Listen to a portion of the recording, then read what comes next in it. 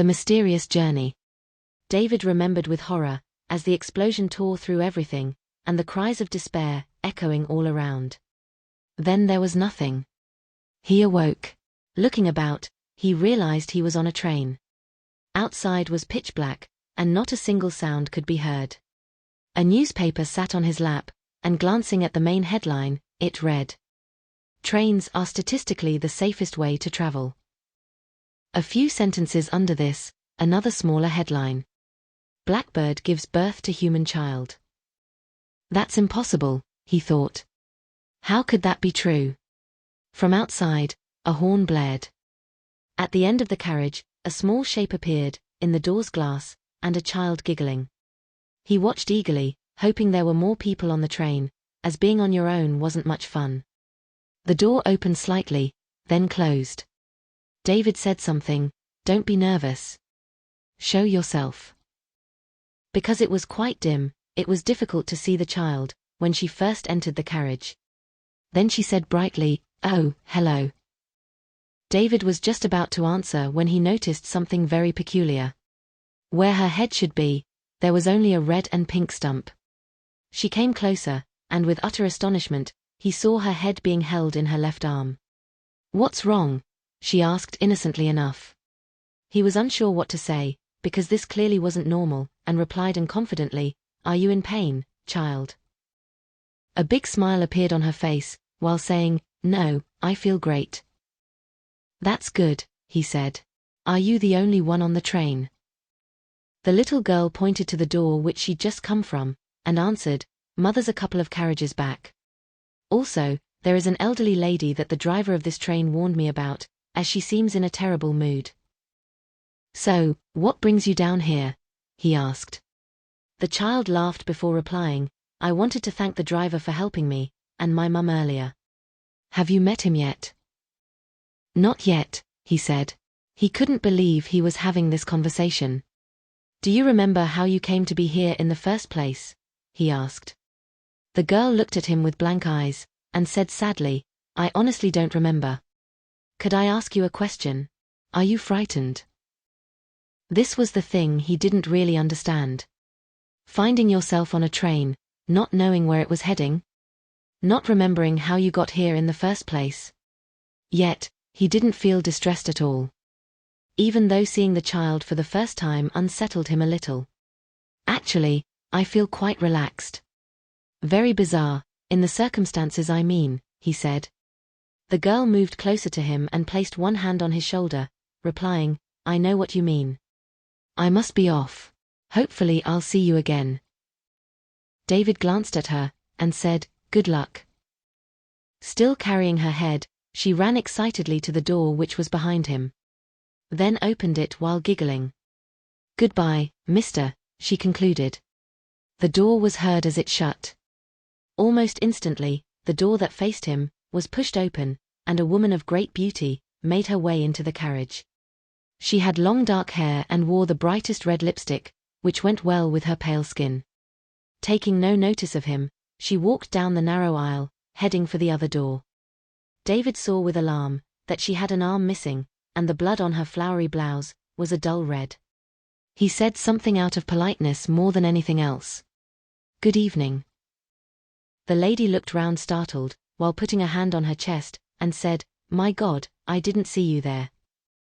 "I'm so sorry, I didn't mean to make you jump," he answered, feeling guilty for scaring the poor woman. She gave him a nice smile before saying, "I forgive you. So, are you here for business or pleasure?" David had the perfect answer, and replied, "Well, since seeing you, I would say pleasure." She laughed, then closer she came, so she was only a meter from where he was. "Once I have located my darling daughter, I will come back and we can chat for a little while. Would you like that?" He looked deep into her dark brown eyes, and answered confidently, "I would like that very much." "I'll be back shortly," the woman said. She gave him a wink, before carrying on towards the door. Then closing it, as it made a slight noise, which seemed to echo. He peered at his watch. The face was blank. No numbers could be seen. He found this extremely odd. On the left of him, through the window, he saw a small white light. It looked like a lonely star. He then felt exhausted, and drifted off into a heavy sleep. He couldn't remember the dream he'd had, but his forehead was covered in sweat, and for the first time on this journey, he felt anxious. Above him, he saw someone, and looked up, startled. A woman stared back. One half of her face was pink and red flesh, like she had been a victim of a bad fire. He was too petrified to say anything. He felt his heart beating some. She said angrily, "I don't like it here. And I don't trust you, because you remind me of the kids I teach. Little troublemakers, they are." He finally got the courage to answer her, "Do you remember what happened, how we got here?" She smacked the seat in front of him, and shouted, "This place doesn't feel right. This place fills me with a dread, which I cannot explain." David didn't know what to say, because her behavior was unpredictable. "Do you remember anything at all?" he tried again. She seemed to calm down a little, like a memory had suddenly come to her. She stared back at him, her eyes wide and full of fear. "Yes, I remember something." David needed to know. "So what do you remember?" he asked. "Well, I recollect making my way down a street. Next thing I'm aware of, there is this massive noise, which made all the glass in the windows shatter into a million pieces. And then I found myself on this train, and the first thing I did was find a toilet, knowing something terrible had happened. Staring into the mirror, I was confronted by my worst nightmare." She sobbed. Then, like magic, she vanished from sight. "What the hell is going on?" he muttered. The light in the window was now much bigger, and the moment he noticed this, he felt his eyes closing. People screaming, everywhere he looked. He tried to run as far as he could from the danger, but whatever direction he headed in, all he saw were dead bodies, laying on the street. Then a terrible pain was felt, and his brain lost all consciousness. He flew up from the seat. He saw an immense light, while it shone through the windows. "What could that be?" he said. Suddenly a hand was felt on his shoulder. He looked up to see a man, with a kind face, peering back. The man wore a black suit, and wore thick glasses, which sat at the end of his nose. "Who are you?" he asked, not needing any more surprises. The man, who was easily in his 60s, smiled, and answered, "I didn't have time to meet you, as for many days, you were sound asleep. But I have good news, my friend. We are finally here." "What do you mean, here?" David asked, confused. The man chuckled to himself and replied, "The amount of people which ask me that question. Don't you remember how you got here, David? How do you know my name?" The man scratched the top of his balding head, before replying, "Your name was on your ticket. As I said earlier, we have arrived at your stop, so if you would move the newspaper off your legs, and onto the seat beside you, then follow me. I would be extremely grateful." David didn't know what to think, but he would not start an argument with this poor gent, as his job was probably quite stressful. "Yes, I'm sorry for the silly questions," David said, a little embarrassed. He took the paper in his hands, and put it onto the seat next to his. Looking down, he suddenly noticed something, which terrified his very soul. "Where's my legs?" he shrieked. "What's happened to my legs?" He stared up at the man, and he just smiled. David tried grabbing the newspaper, and putting it back, as the dark red stumps, just below where his shorts ended, made him feel sick. The man said, "Trust me, David. I have your best interests at heart. Take my hand and forget what you saw. And together, we'll walk off this train." "But how can I walk, when I don't have any legs?" he said, agitated. The man calmly took both his hands, and lifted David up from the seat.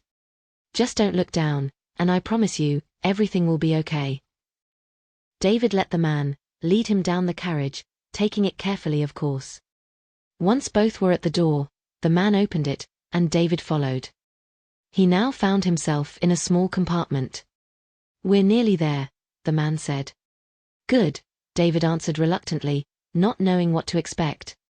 The intense light still shone through the windows, and as David made his way out of the train, he saw something, which he found quite wonderful.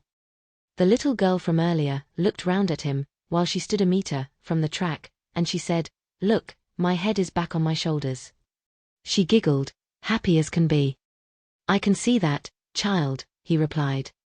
He took 2 more steps, and noticed the girl's mother, standing a short distance away. The blood, which had stained her blouse, had vanished. Looking closer, he saw she now had 2 arms. She turned to him, while he got closer, and said, "I can't believe you fell asleep." "Well, just my luck on such a tedious journey." And she laughed, and her eyes sparkled. "I must apologize about that," he said, not believing his misfortune. In the near distance, he heard someone shouting with pure joy. David glanced over, and this is when he saw the older woman, but this time her face was healed. She smiled at him, before saying, "Maybe it's time to look down and see the miracle for yourself, young man." David didn't like that idea at all, and replied, "I'm scared, and I still don't understand what is going on." He turned to the man who stood just behind him, and said, "How come they're healed?" The man answered with a bemused look, "The light made them all better. Anyway, I must get back on my train, because I have more people like yourself to pick up. But before I leave, one more thing, David. When the angels come, don't be scared." "Angels?" he answered. "Yes, angels. You really don't remember, do you?" he said, rubbing his forehead. "You were all involved in a terrible accident, where none of you survived. I'm so sorry to have to tell you this, David." David didn't know what to think, but now it all made sense. "Am I dead?" he asked. The man replied, "No, because the soul lives forever. I wish you luck." With that, the man made his way back up the 3 steps, which led to the door, and before opening it, he turned in David's direction. "Where you're heading is a place full of wonder, and I promise you, once you're there, you'll never want to leave." He disappeared through the doorway. The train drifted up the track, before vanishing behind a nearby hill. A strange luminous mist descended onto the land, while it floated effortlessly towards them, and with it came the most magnificent being they had ever seen. The end.